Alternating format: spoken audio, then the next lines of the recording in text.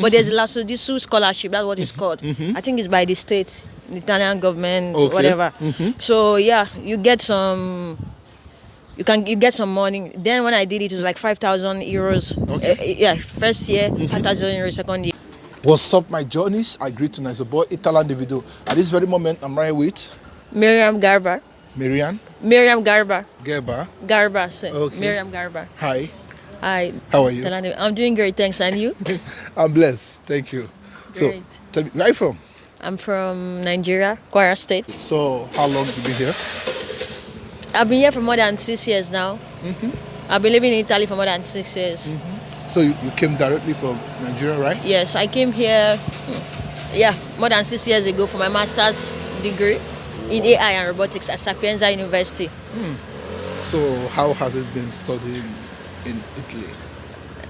It wasn't easy. I cannot. Okay. It wasn't easy because, of course, the course AI and robotics is difficult. It was challenging in the first year, but after that, I got used to it. I mean, now I graduated 3 years ago, and now I'm working. Thank you. Now I have a full-time job in Milan.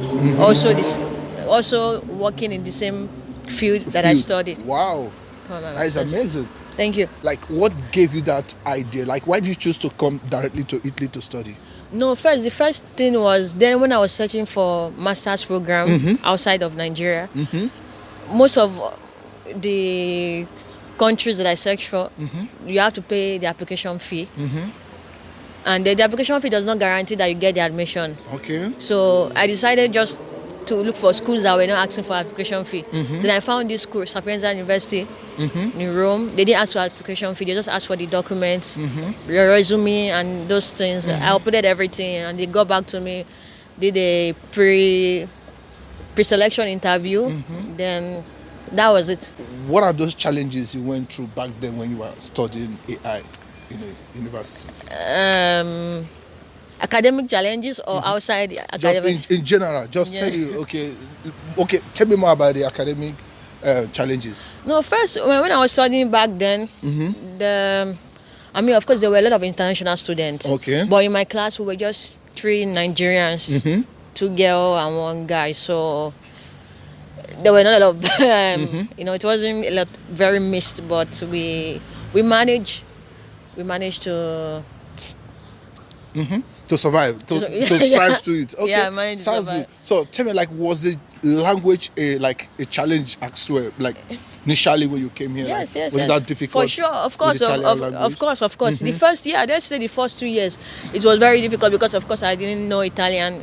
The rest, the first 2 years. Yes, it was because the course was taught in English, so that did not even help me to say I want to learn Italian because the classes were in English, everything was in English, and I wasn't really, because the course was so difficult, I was already studying, I didn't really mix with a lot of people. So, but then after I graduated and I got my current job, I told the employer to enroll me in an Italian course, and it did. So now my Italian has improved. Really? Unlike So, when I first on a scale of 1 to 10, how would you rate your Italian language now? Well, you can split into 2, speaking and listening. Okay. Listening, I can say my listening is 8 over 10. 8 over 10. See. Okay. But speaking, it's a 6 over 10 because I don't speak so much. Okay. So I can relate to that.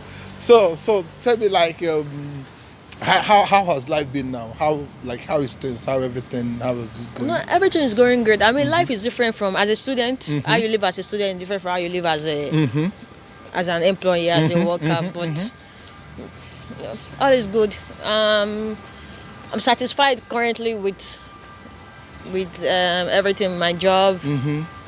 So, what really inspired you to start studying the AI?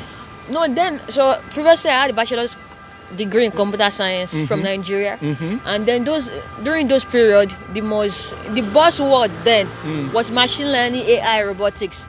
And I wanted to challenge myself. So I said, no, I was going to study something in AI and robotics. And then when I was checking online, also another reason why I chose Sapienza was because then all the schools, they were only doing masters in AI or masters in robotics. But it was only Sapienza that was doing masters in AI and robotics. So I decided, okay, I'm going to go for it. and that's it. I wanted to just challenge myself, even though I knew it was going to be difficult. The only thing is that right now I'm the only woman engineer at my workplace, so I wish that we have more women at my workplace that are also an engineer like me. Sounds good. So tell me more now, like, was it that difficult for you to get a job after your studies? Well, after my studies or during my studies, I did my master thesis in Stockholm, Sweden. So, after that, I was planning to continue there after when I graduated, but it didn't work out.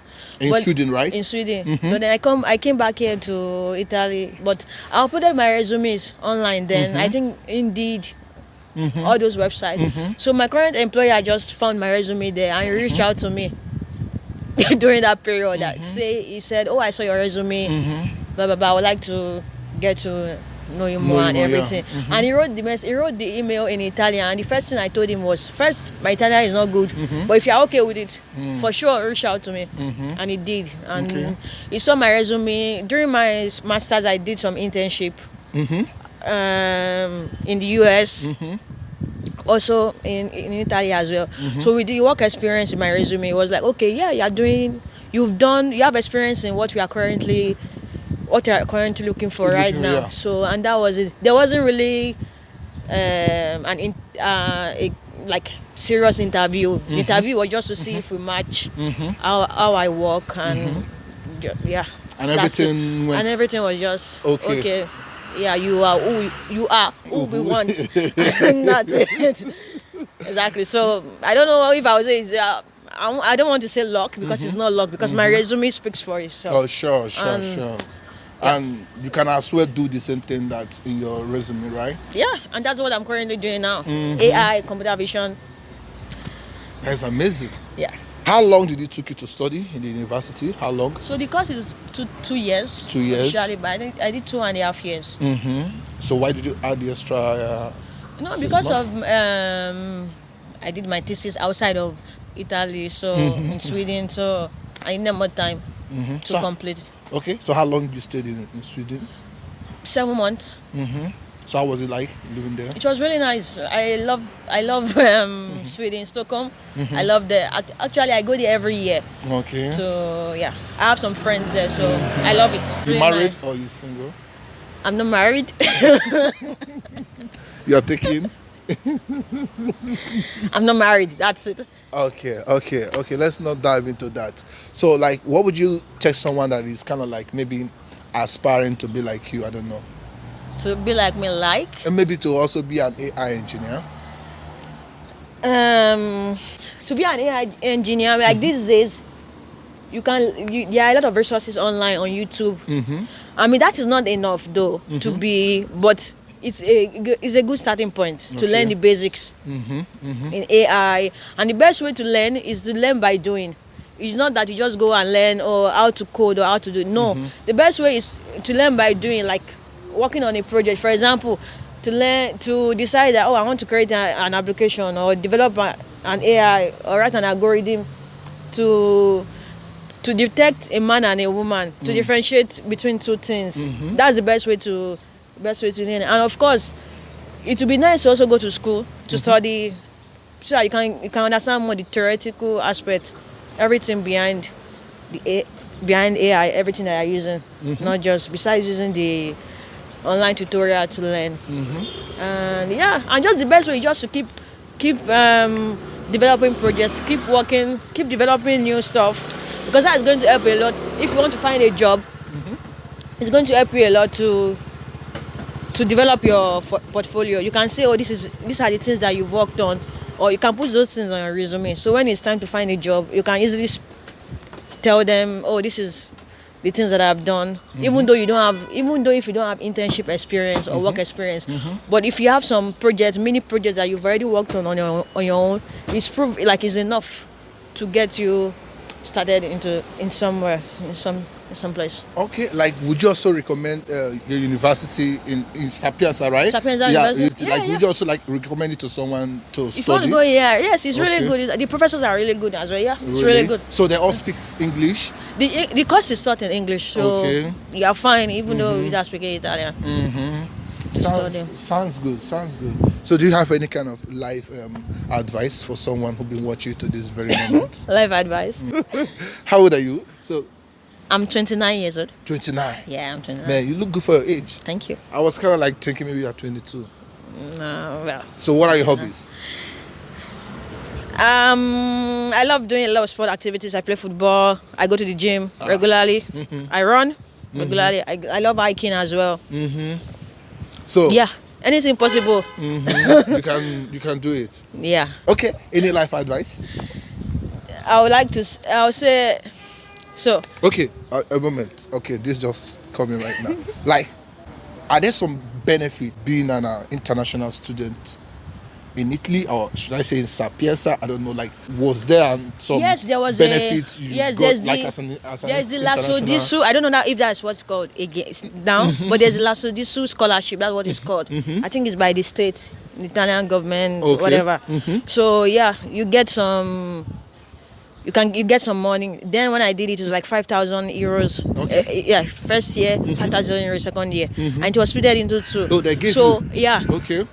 for accommodation and for feeding, I don't know, but yeah, 5,000 euros. I don't know how it Okay. goes. It goes these days, but then then it was like that. like that was like 3 years ago, right? Yeah, they give you 2.5 maybe in the beginning of the year. Yeah. Then later the rest, but they give you 2.5 if they don't give you accommodation. So it's 2.5 for feeding or whatever. The remaining 2.5 for accommodation. So they give you accommodation, you only get 2.5. Okay. But if you don't get accommodation, they give you everything. But it's Wow. also still split into two. Wow. That's So it. like, are there some criteria like one have to meet before like? No, the fact it has to do with your economic situation. You have to submit a document to say your like this is Like you know, what you earn in a year, yeah, right? Like yeah. some Or declarations. yeah, but that's for the first year. But for Okay. the second year, you have to meet certain grades Okay. based on your studies. If you don't, Okay. you can't get it. So, but for Like the first, what grades are you talking about from?